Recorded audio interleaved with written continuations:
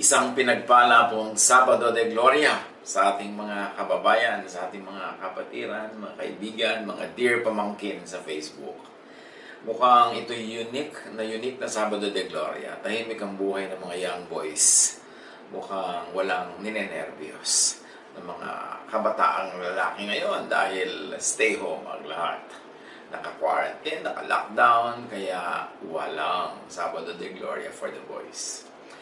At ang araw na ito ay napaka-special dahil tayo magkakasama kahit man lamang through technology.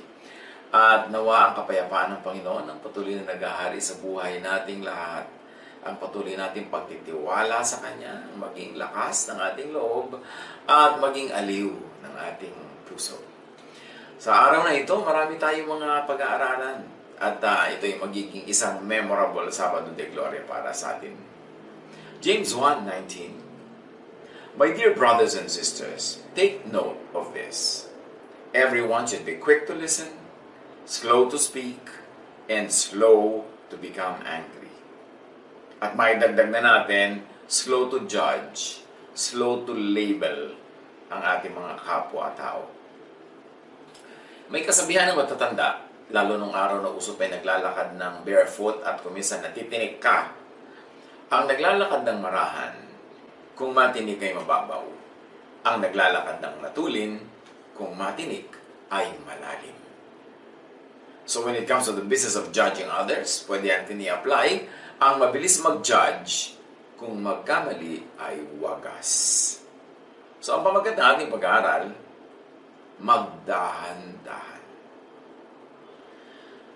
Noong araw, nakikita ko lagi sa mga jeepney, kung meron pa ngayon, may sticker na nakalagay, God knows who does not pay. Of course, yung who does should be who does not, but the spelling is, yung pangalan ni Judas Iscariote. Very clearly, Judas is branded, Judas is labeled. In fact, Judas became a brand and became a label in a very, very negative way. Suriin natin yung naging basis for branding Judas. At ang basis nito, the narratives in the Gospels. Yung mga kwento ng mga Gospel writers, ito ang naging basihan ng pagle-label kay Judas at yung pangalang Judas naging brand. Mark 14:10-11. Si Judas Iscariote pumunta sa mga punong pari upang ipagkanulo si Jesus. Yun agad ay pagkanulo na agad yung word. So, very, very labeled and very, very branded. Natuwa sila nang marinig nila ang alok ni Judas at nangakong bibigyan siya ng salapi. Mula no'y humanap na si Judas ng pagkakataong may pagkanulo si Jesus. So sa English, betrayal. Kasi siyempre, it's a very branded and loaded word. Matthew 26:48. Bago pa sila dumating doon, sinabi na ng taksil sa kanyang mga kasama, kung sino hahalikan ko, siya ang takpin ninyo. So here's another word, taksil. No? Talagang grabing malalim na Tagalog ito for somebody who betrays, somebody who's very untrue and unfaithful. It's a brand. But the disciples were not always kind and nice to each other or to outsiders. So hindi katakataka yung mga branding na ganyan, yung mga pagtawag ng ganyan, hindi ko tinawag nila, binrand nila na gano'n, yun na talaga yung absolute truth about the person. Because the disciples themselves were not always known to be kind and nice to each other. Especially to outsiders. At maraming halimbawa yan. Matthew 15:23. Lumapit ang kanyang mga alagad at sinabi kay Jesus, paalisin na nga po ninyo siya. Napakaingay niya at sunod na sunod sa atin. So merong isang babae na hingi ng tulong kay Jesus.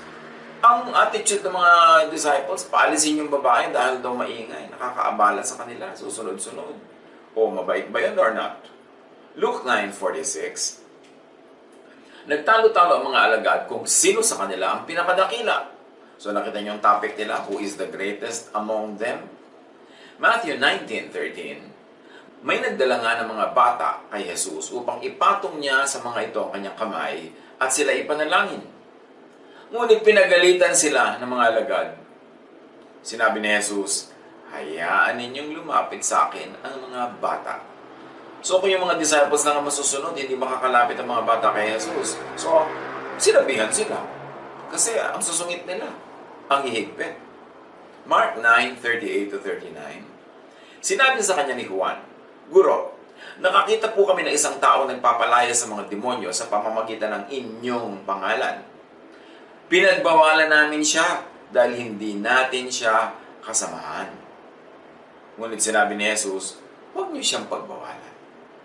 So may gumagamit ang pangalan ni Jesus sa mabuting paraan, pagpapalaya sa masasamang espiritu, binabawalan ni Juan. Gusto niya sila lang ang gagamit ng pangalan ni Jesus. So, siya ay napagsabihan ni Jesus, huwag niyo pagbawalan. Sabi ni Jesus, whoever is not against us is for us. So, huwag niyo silang pagbawalan at huwag niyo solohin yung pangalan na yan. Luke 9:51-52.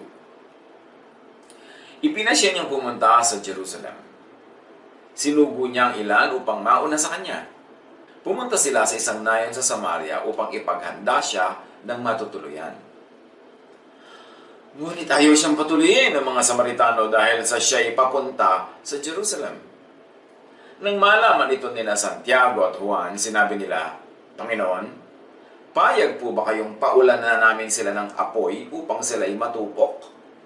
Ngunit bumaling si Jesus sa kanila at sila'y pinagsabihan. So ito na naman itong mga magagaling ng mga disciples na to. Hindi na nga sila mababait sa mga bata, hindi sila mababait sa isa't isa. Ito ngayon, yung mga Samaritans na ayaw silang papasukin, gusto na nila tupukin ng apoy. Once again, pinagsabihan sila ng Panginoong Jesus. So, the disciples were not always correct in what they thought or said. Hindi sila infallible. Hindi sila perfect. Si Jesus lang ang perfect. Hindi lahat ng sinasabi nila tama. Hindi lahat ng mga inaakala nila ay tama. Matthew 16:22-23. Nung sinabi ni Jesus na siya ay mamamatay sa Jerusalem, dinala siya ni Pedro sa isang tabi at sinimulang pagalitan. "Panginoon, huwag namang itulot ng Diyos. Kailan may hindi yan mangyayari sa inyo." So, salungat si Pedro sa mangyayari kay Jesus na mamamatay sa Jerusalem. Ngunit hinarap siya ni Jesus at sinabihan, "Umalis ka sa harapan ko, Satanas. Hadlang ka sa aking landas. Ang iniisip mo hindi sa Diyos, kundi sa tao." So ito si Jesus na nagsasalita, siya ang tumawag ng ganon dahil napaka-ungodly yung ginagawa ni Pedro na pinipigil siyang pumunta sa Jerusalem. Yun ang kanyang mission. So you see, he was very well-meaning, of course. He was very loving to Jesus, but he was against the will of the Father in that point. Kaya siya ay napagalitan. Tinawag pang Satanas. Hindi ko sinabi ni Pedro, laging tama, laging totoo. Tao lang sila tulad natin. Si Jesus lang ang anak ng Diyos, siya lang ang perfect. Although the disciples would of course be having many inspired declarations and many truthful claims, pero hindi lahat ng sinasabi nila 100% inerrant. Matthew 26:6-10. Nasa Bethania noon si Jesus sa bahay ni Simon na ketongin. Lumapit sa kanya isang babaeng may dalang sisildang alabastro na puno ng napakamahal na pabango. Ibinuhos niya ito sa ulo ni Jesus habang siya ay kumakain. Nagalit ang mga alagad nang makita ito. "Bakit inaaksaya ang pabango?" tanong nila. Naipagbili sana yan sa malaking halaga at naibigay sa mga mahihirap ang pinagbilhan. So si Jesus na ngayon binibigyan ng mabangong handog. Nagalit pa ang mga disciples. Gusto pa nilang tipirin si Jesus at gusto nila ibigay lahat sa charity. Samantalang yung babae, binibigay kay Jesus ng buong puso at pagmamahal. Alam ito ni Jesus kaya sinabi niya, "Bakit ninyo minamasama ang ginagawa niya? Isang mabuting bagay ang ginagawa niyang ito sa akin." So minamasama ng mga disciples, pero minamabuti ni Jesus. Mark 4:38. Si Jesus ay natutulog noon sa may hulihan ng bangka. Nakahilig sa isang unan. Ginising siya ng mga alagad at sinabi, "Guro, baliwala ba sa inyo kung mapahamak kami?" So ngayon, binibigyan nila si Jesus ng isang malisyosong thought na hindi siya concerned. Baliwala kung mapahamak yung mga disciples niya. Mark 5:30-31. Naramdaman naman ni Jesus na may kapangyarihang lumabas sa kanya. Kaya't bumaling siya agad sa mga tao at nagtanong, "Sino ang humipo sa aking damit?" Sumagot ang kanyang mga alagad, "Nakikita po ninyong napakarami nagsisiksikan sa paligid nyo. Bakit pa ninyo itinatanong kung sino ang humipo sa damit nyo. Nagdi-disagree pa sila sa tanong ni Jesus sapagkat hindi nila nauunawa yung purpose ng tanong. Itong mga disciples na to, madalas, mema lang. Hindi man lamang nag-iisip. Mark 8:14-17. Nakalimutan ng mga alagad na magdala ng tinapay. At iisa na lamang ang natira sa tinapay na dala nila sa bangka. Sinabi ni Jesus sa kanila, mag-ingat kayo sa pampaalsang ginagamit ng mga Pariseo at ni Herodes. Sabi nila sa isa't isa, wala kasi tayong dalang tinapay, kaya sinabi niya yun. Dahil alam ni Jesus ang kanilang pinag-uusapan, sinabi niya sa kanila, bakit ninyo pinag-uusapan kayo yung walang dalang tinapay? Hindi pa ba kayo nakakaintindi? Hindi pa ba ito abot ng inyong isip? At ipinaliwanag ni Jesus na ang kinatukan niya ay hindi tinapay na galing sa bakery, kundi yung pampaalsa, mga turo, mga katuruan ng teachers of the law and Pharisees and of Herod. Minasama nila si Judas. Binigyan nila ng label, taksil, nagkanulo, etc. etc. Pero ano ba ang mga basis for the Judas Act? Ano ba ang basehan sa mga ginawa ni Judas?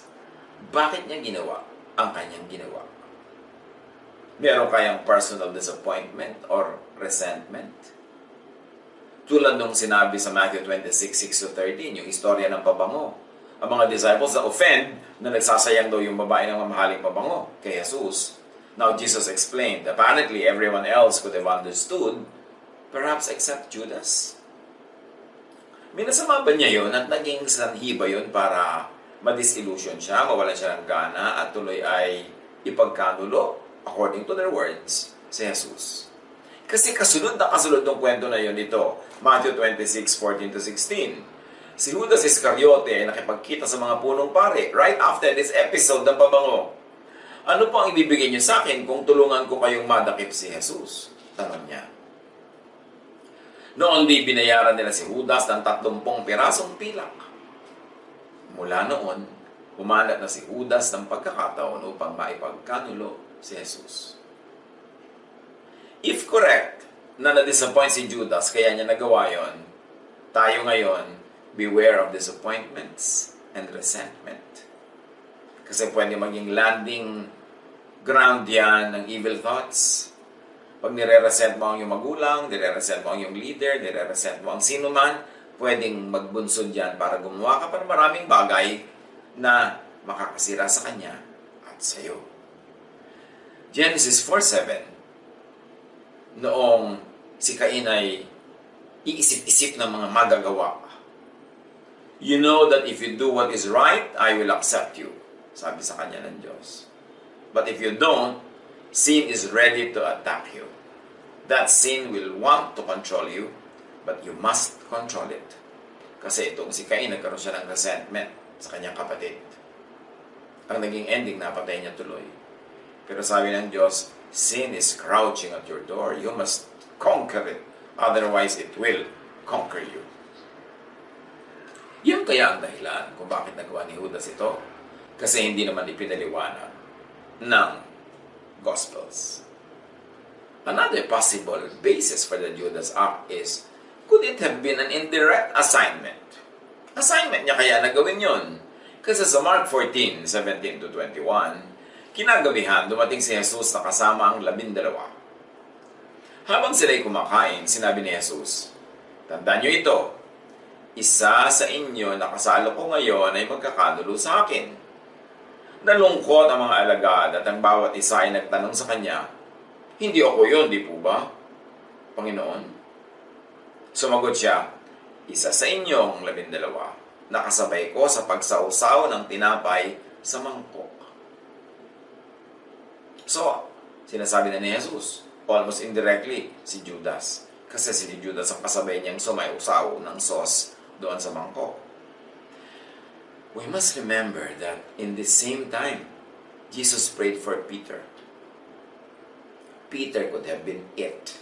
Pwede siya ang nagkanulo. Kasi nga, may potential siyang gawin yun. Remember the 3 denials that he made? Na hindi niya kilala si Jesus?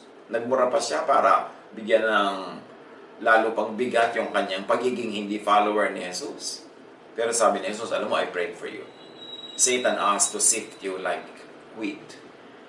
Gusto ni Satan salain ka na parang harina. Pinagpray kita. Pero si Judas hindi pinagpray. So, dahil kaya, assignment yun ni Judas. Luke 22:32, sabi ni Jesus, "But I have prayed for you, Simon, that your faith may not fail. And when you have turned back, strengthen your brothers." Si Judas, hindi pinag-pray.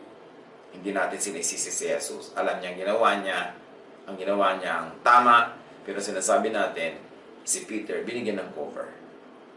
Matthew 26:25, si Judas na magkakanulo sa kanya ay nagtanong din, "Guro, ako po ba?" Sumagot si Jesus, "Ikaw ang nagsabi niya." Or, another possible basis for the Judas act. Could it have been not an indirect assignment, but a direct assignment? Matthew 26:47-50. Nagsasalita pa si Jesus nang dumating si Judas. May kasama siyang maraming tao na may dalang mga tabak at pamalo. Ito yung sa arrest na sa garden. Isinugo sila ng mga punong pari at mga pinuno ng bayan. Bago pa sila dumating doon, sinabi na ng taksil, ito taksil na naman, according to Matthew, that's the word he used, sinabi na ng taksil sa kanya mga kasama, kung sinong hahalikan ko, siya ang dakpin nyo. Nilapitan niya agad si Jesus at binati, "Magandang gabi po, Guro." Saka hinalikan. Sinabi sa kanya ni Jesus, "Kaibigan, gawin mo na ang sadya mo." At siya'y nilapitan nila at dinakip. Was it a command? Sabi ni Jesus, "Gawin mo na ang sadya mo." At tinawag niya si Judas na, "Kaibigan, gawin mo na ang sadya mo." Samantalang tinawag ni Matthew na taksil. You can see the difference. The way Jesus was dealing with Judas and the way Matthew was labeling Judas. John 13:25-30. "Panginoon, sino po ba yun?" Yun daw magtataksil. "Siya ang taong aabutan ko ng tinapay na aking isasawsaw," sagot ni Jesus. Nagsawsaw nga siya ng tinapay at ibinigay yun kay Judas na anak ni Simon Iscariote. Nang matanggap ni Judas ang tinapay, pumasok sa kanya si Satanas. As if on cue. Parang scripted to. Pag abot ang tinapay, he was no longer in control of himself. So how could he be fully accountable, even partially accountable for that? That it was Satan that was already at work beginning at that time. Sinabi ni Jesus kay Judas, "Gawin mo kaagad ang dapat mong gawin." It was an immediate command, or at the very least, a permission from Jesus. Walang sino man sa mga kasalo ni Jesus ang nakaunawa kung bakit niya sinabi yun. Pagkatanggap ni Judas ang tinapay, kaagad siyang umalis. Gabi noon. At sa English, ang ganda ng pasok dyan eh. It was night. Parang very poetic, no? Very symbolic. The all too mortal other disciples judged and labeled Judas, unwittingly setting the trend for generations of Christians to excel in the judging and labeling ministry. Sila nagpasimula to label Judas that way. Tinawag na taksil. Kung ating i-imaginein, let's say we are the defense lawyer of Judas, what could be the basis for dapat non-judgment, dapat non-label? At sasabihin siguro ng defense attorney ni Judas, it was an assignment. Indirect or direct. Someone had to do it. Hindi naman matutuloy ang lahat ng ito kung walang gumawa. Yun ang na-assign sa kanya ng papel. Judas was not prayed for. Let's be emphatic about that. Peter was prayed for. And still, Peter denied Jesus 3 times. Mark 14:21. Papanaw ang anak ng tao, sabi ni Jesus, ayon sa nasusulat tungkol sa kanya. Okay, papanaw. Nakasulat yan. Subalit kahabag-habag ang taong magkakanulo sa kanya. Mabuti pa sa taong yun na hindi na siya ipinanganak. So nakikita niyo ang sinasabi ni Jesus tungkol kay Judas? Kabag-kabag. Parang yung sinasabi ni Job, mabuti pa hindi na ako pinanganak, magkakaganito lang palang buhay ko. Dahil yan ang language sa Bible pagka sobra ang pait na nangyayari sa buhay mo, yung buti pa hindi ka na pinanganak. Sabi ni Jesus, kabag-kabag siya. At sabi ng Contemporary English Version, but it is going to be terrible for the one who betrays me. At sabi ng easy to read version, but it will be very bad. So dapat habag ang nararamdaman natin kay Judas kasi sabi ni Jesus, kabag-habag. But because Judas had been judged and labeled, many Christians find it easy to judge and label others now. At yun ang danger ng pag-judge nila at pag-label kay Judas. Naging lisensya for all generations of Christians na mag-judge ng kapwa basta parang Judas ang ginagawa. Because Judas had been judged and labeled, many Christians find it easy to have no pity on others. Pag kinukwento nila ito diyan sa Gospels, parang wala silang awa kay Judas. Samantalang sabi ni Jesus, kabag-habag. Many Christians find it easy to be cruel, especially when they have weaponized verses by which they could judge and label others. At ganyan ang naging kaugalian ng napakaraming Kristiyano in the last 2,000 years. Pag may pambatong verse, okay lang mambato. Tulad ng babae caught in adultery, may verse kasi sila from Moses, okay lang mambato. Pero hindi pinabato ni Jesus. Kaya sabi ni Gandhi, I like your Christ, I just do not like your Christians. Your Christians are so unlike your Christ. Kung defense attorney tayo ni Judas, ano pa ang pwede maging basis for dapat non-judgment, dapat non-label?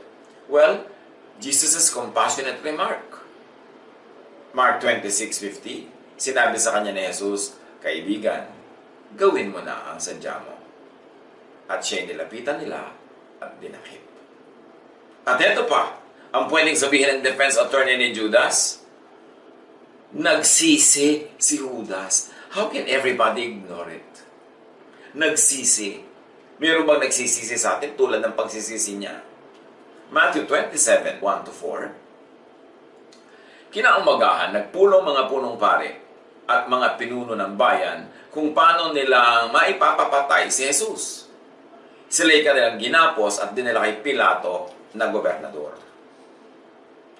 Nang malaman ng taksil na si Judas na si Jesus ay nakatulang mamatay, nagsisi siya at isinauli sa mga punong pari at mga pinuno ng bayan ang 30 pirasong pilak. Sinabi niya, nagkasala ako. Ipinagkanulo ko ang dugo ng taong walang kasalanan. So ulitin natin, nagsisi si Judas. At hindi ba't ang pagpapatawad ay nakalaan sa mga nagsisisi? And he even showed evidence of repentance. Isinauli niya ang pera. Did he bring a sacrificial offering? Yung mind ba niya nasa Old Testament mode pa na kailangan magdala ka ng pera o magdala ka ng offering o magdala ka ng pambili ng offering? Kaya maraming mesa ng money changers na ipinagtataob ni Jesus dahil binibili nila yung pang-offering. Did he bring a sacrificial offering? Did he bring what could have bought a sacrificial offering? And Judas very clearly declared and confessed his sin.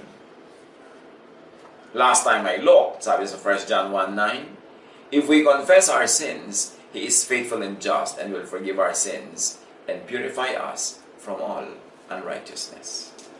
And yet, ang laging tanong sa akin, napakaraming beses, nasa impyerno po ba si Judas? Nakaligtas ba siya? Lagi ang iniisip natin is, ano nangyari sa kanya? Diyos ang bahala kung ano nangyari sa kanya. At ang alam natin, napakabait at napakabuti ng Diyos. At tinawag pa nga niya ni Jesus na kaibigan, gawin mong dapat mong gawin. Sabi ni Jesus, kahabag-habag kung sino man ang mapatoka sa ganitong trabaho. Matthew 27:4-5. Ayaw tanggapin ng mga paring sinusoli niyang pera. Anong pakialam namin sa iyo? Bahala ka sa buhay mo. Sagot nila. Binasura ng priests ang avowed ministry nila for forgiveness. So, sino ang tunay na bad? Sobra kasing na-judge si Judas at minakasama ng lahat at naging pangalan na nga niya, ibig sabihin, taksil, naging brand. Inihagis ni Judas sa loob ng templo ang 30 pirasong pilak at pagkaalis doon, siya ay nagbigti. Sinabi lang dito nagbigti. Suicide ba yun? Lagi kasi sinasabi lang nag-suicide si Judas. That's an interpretation. Was Judas doing a just payment? Could Judas be in the Old Testament mode? At ano ang sinasabi ng Old Testament mode? Exodus 21, 23 to 25. The punishment must fit the crime. You must trade one life for another life.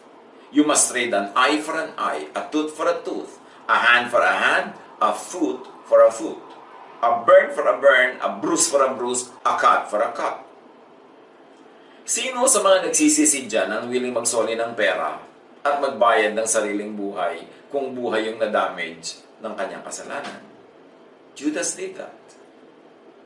Was he trying to offer life for life as required by the Old Testament law? Nandun pa kaya yung mode ng thinking niya? Have mercy on Judas. Yan ang magandang isipin ngayong Sabado de Gloria. Kasi sa Pasko ng Pagkabuhay, tuwang-tuwa na tayo, ang saya-saya natin, ang sineselebrate natin, tapos patuloy pa rin tayong nagja-judge sa maraming tao, tinatawag silang Judas, na pag may nagawa sila at may verse tayong reference na mali ang ginawa nila, parang may lisensya na tayong maging malupit. May lisensya na tayong hindi magpatawad at i-label sila for life. Have mercy on all other Judases. Sa mga taong nagkamali sa ating paligid, humihingi na ng patawad, ayaw pong patawarin.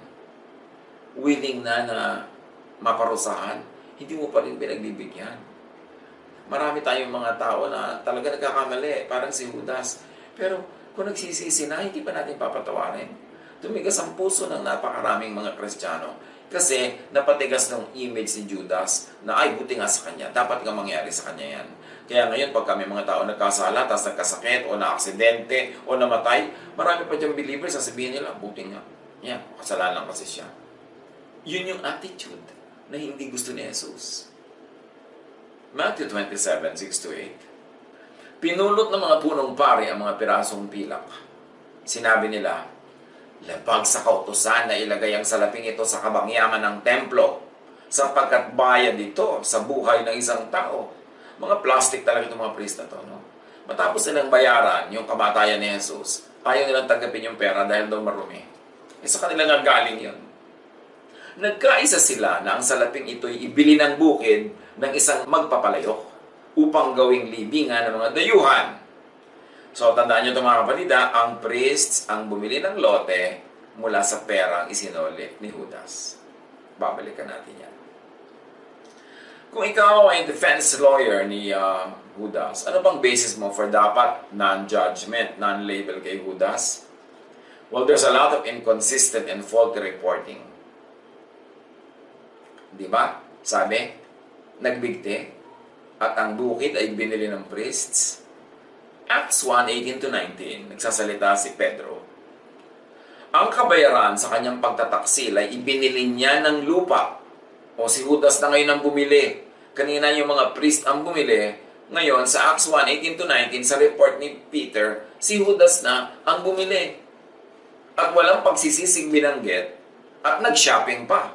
Bumili pa ng bukid.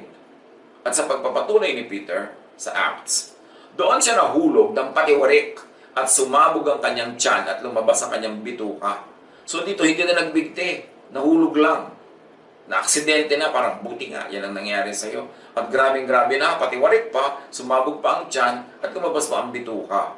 So magkaiba yung report. Nabalita ayon sa buong Jerusalem.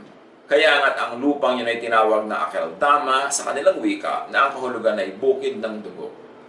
Ang bukid ngayon ay binili ni Judas at si Judas ay nahulog, patiwarik pa. Lalong wala nang maaawa niyan. Parang ay, yan ang hatol ng langit sa kanya, yan ang dapat mangyari sa kanya, buti nga. At pag sinabi mong, buti nga, ito ang attitude ng marami. Nagmana-mana, generation to generation yung ganang attitude. Hindi tayo naaawa sa isang tao kahit ano nangyayari sa kanyang saklap. Basta't ang tingin natin sa kanya kasi may kasalanan siya. dapat nating suriin ito ngayong Sabado de Gloria para may maapala naman tayo pag nagpasko ng pagkabuhay. Isalubungin natin yung paggunita sa pagkabuhay muli ni Jesus na bagong tao tayo, na hindi tayo ganyan. Na tayo'y mahabagin, hindi mapag-judge. At hindi yung dahil lang may kasalanan yung isang tao, pagka nagkasala siya, parang may lisensya na tayong tapak-tapakan siya at usig-usigin pa at hindi na tayo tutulong at hindi na maawa. John 18:4-5, sa arrest scene. Alam ni Jesus ang lahat ng mangyayari sa kanya, kaya't sila ay sinalubong niya at tinanong, "Sino ang hinahanap ninyo?" "Si Jesus na taga Nazaret," sagot nila. At sinabi niya, "Ako yun." Si Judas na nagkanulo sa kanya ay kaharap nila noon. Here, sa report ni John, no iconic kiss. Walang kiss-kiss na nangyari. No besos. And Jesus identified himself para sa ma-arrest. So you see all this iba-ibang version ng mga kwento. Hindi ko may hawak ang verse, may hawak ang version. Pwede mo nang ipukol, pwede mo nang ipang-judge, pwede mo nang i-weaponize to hurt people. Kasi even these reports are not consistent. Magkakaiba pa. So anong pinangahawakan mo? Kaya magdahan-dahan ang lumalakad ng marahan. Kung matinik ay mababaw, kung magkamali ay konti. Magdahan-dahan sa pag-judge ng kapwa. Magdahan-dahan sa pag-label ng kapwa. Lalo't kung ibinibase mo sa iyong favorite verse. Una, checkin mo muna kung napaka-consistent ba ng lahat ng verses tungkol dyan. Tapos salain mo sa Jesus filter. O let's say, scriptural talaga. Biblical talaga. Padaanin mo sa love filter ni Jesus. Papasaba o babara. Kasi kung babara, kahit verse pa yan, hindi mo na dapat ipagpilitan. Because Jesus gave us only one command that supersedes all other commands and all other laws. And that is the law and command of love. To love. So may verse ka, ibabato mo. Ang tanong mo, loving ba o hindi loving, itigil mo yung pagbabato mo tulad ng ginawa ng mga tao nung sila ay kinausap ni Jesus at bumalik ang huwisyo sa kanilang utak. Luke 6:37. Huwag kayong humatol at hindi kayo hahatulan. Huwag kayong magparusa at hindi kayo paparusahan ng Diyos. Patawarin ninyo ang inyong kapwa at kayo'y patatawarin din ng Diyos. Huwag mag-label ng mga tao na Judas. At huwag isipin na pag may nangyayari sa kanilang hindi masarap o hindi maganda, buti nga sa kanila at hindi mo natutulungan, dadagdagan mo pa, dadagukan mo pa, pag-uusapan nyo pa, i-judge nyo pa. John 12:47, sabi ni Jesus, "Hindi ako ang humahatol sa taong dumirinig ng aking salita, ngunit ayaw namang sumunod dito. Sapagkat hindi ako naparito upang hatulan ng sanlibutan, kundi upang iligtas ito." So si Jesus mismo, hindi nangahatol, nagliligtas. Sino naman ang Kristiyano para manghatol sa kapwa? Dapat mag-isip-isip. Holy Week, gawin talagang holy ang pag-iisip. Magkaroon ng pagbabagong loob. Pag-uuno sa dili. Lalong-lalo na sa area of loving people, forgiving people, and not judging people. Tapos ang church, ang Christians, masters in judging. Samantalang sabi ni Jesus, hindi ako naparito upang hatulan ng sanlibutan. Wala akong hinahatulan, ililigtas ko kayo. Romans 14:3. Huwag hamakin ang taong kumakain ng anuman, ang taong kumakain ng gulay lamang. So kung vegetarian ka, huwag mong hamakin yung kumakain ng kung ano-ano. At huwag namang hatulan ng kumakain ng gulay lamang, ang taong kumakain ng anuman, sapagkat siya'y tinatanggap din ng Diyos. In other words, kung choice mo yan, hindi yan ang choice mo. Pero kung i-judge yung iba, kung iba ang choice nila sa buhay, hindi mo kailangang i-impose, ipilit sa iba, yung choices mo.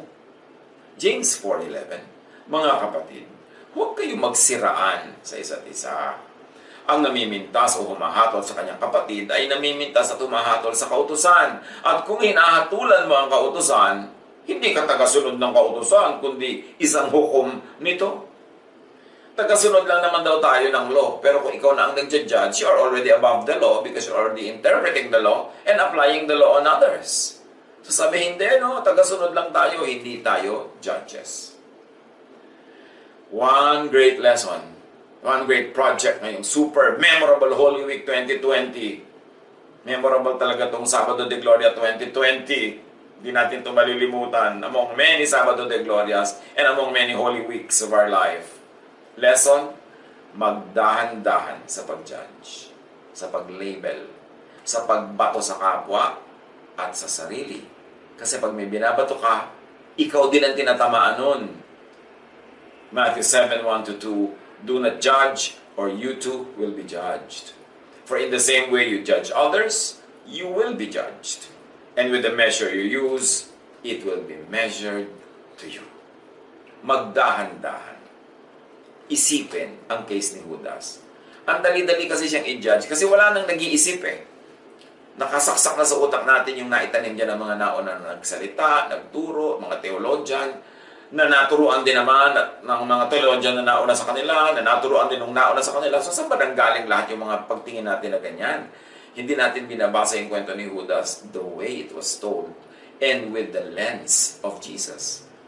Ginadjudge natin si Judas with the lenses imposed before our eyes by the many people who interpreted the verses before us. But the point is, nagsisi siya. Hindi siya nag-suicide. Siya'y nagbigti. Maaaring iniisip niya, buhay niya ang bayad sa buhay ni Jesus. Kasi yun ang tradisyon at yun ang law nung araw. Kaya importanteng maging maunawain tayo, huwag tayong padalos-dalos sa pag-uusga. Lalo't ang konti-konti ng ating alam. Na yung alam natin, nadinig lang natin kung saan, basa lang natin kung ano. Hindi naman tayo talaga nag-iisip, nagre-reflect, nagre-research. Isipin. Pero hindi mo naman kailangan lahat gawin yun eh. Just read the scriptures na walang lenses na inilagay ng iba. And see the loving Jesus, the loving Father that Jesus revealed, exemplified, modeled for all of us. Magdahan-dahan. Do not burn the bridge over which you too must pass. Yung kabaitan mo, pagpapatawad, pag-unawa sa kapwa, yun din ang mararanasan mo sa sandaling ikaw ang mangailangan nun. God bless all of us.